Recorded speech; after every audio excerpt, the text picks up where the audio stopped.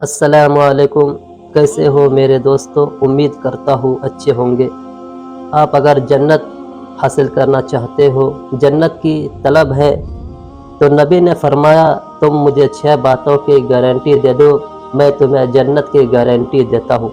Video میں آگے بڑھنے سے پہلے ویڈیو میں کچھ بھی اچھا لگے تو لائک کریں اور چینل کو سبسکرائب کریں۔ رسول کریم صلی اللہ علیہ وسلم نے فرمایا مجھے 6 باتوں کی گارنٹی دے دو، میں تمہارے لیے جنت کی گارنٹی لیتا ہوں۔ ہمیشہ سچ بولو، حتی الامکان وعدہ پورا کرو، امانت میں خیانت نہ کرو، شرمگاہ کی حفاظت کرو، نگاہیں نیچی رکھو، ہاتھوں کو ظلم سے روکو، سچائی، ایفائے عہد، امانت، ان تینوں کا تعلق اللہ اور بندے دونوں سے ہے۔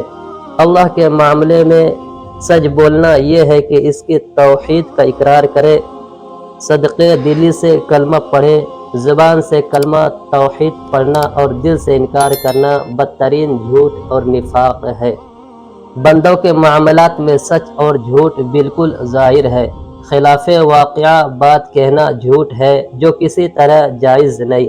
اسی طرح انسان نے اللہ کے سامنے یوم الستم میں اس کے رب ہونے کا اقرار اور فرما برداری کا جو عہد کیا ہے اس کا پورا کرنا ضروری اور فرض ہے۔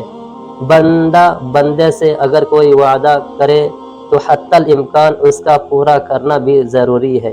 امانت، ایمان اور وہ احکام و فرائض جن کا اللہ نے انسان کو مکلف کیا ہے وہ سب امانت ہے۔ اسی طرح اگر کوئی انسان دوسرے انسان کو حفاظت کے لیے کچھ دے یا کوئی راز کی بات کہے وہ بھی امانت ہے۔ دونوں کی حفاظت بندے پر ضروری ہے۔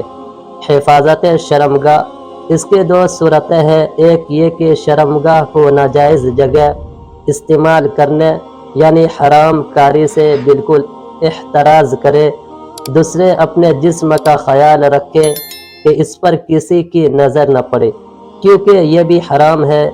سطر کے دیکھنے اور دکھانے والے دونوں پر اللہ کی لعنت ہے۔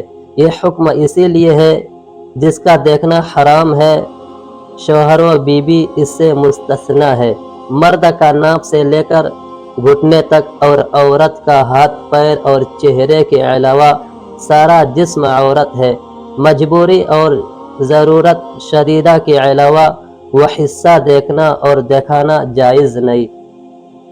غض بصر، نگاہیں نیچی رکھنا، یہ بھی ضروری ہے تاکہ کسی کے سطر پر یا غیر محرم پر نہ پڑے، نیز دنیا کی چیزوں پر نہ پڑے جس کی وجہ سے دنیا کی طرف رغبت اور آخرت سے غفلت کے پیدا ہونے کا قوی امکان ہے۔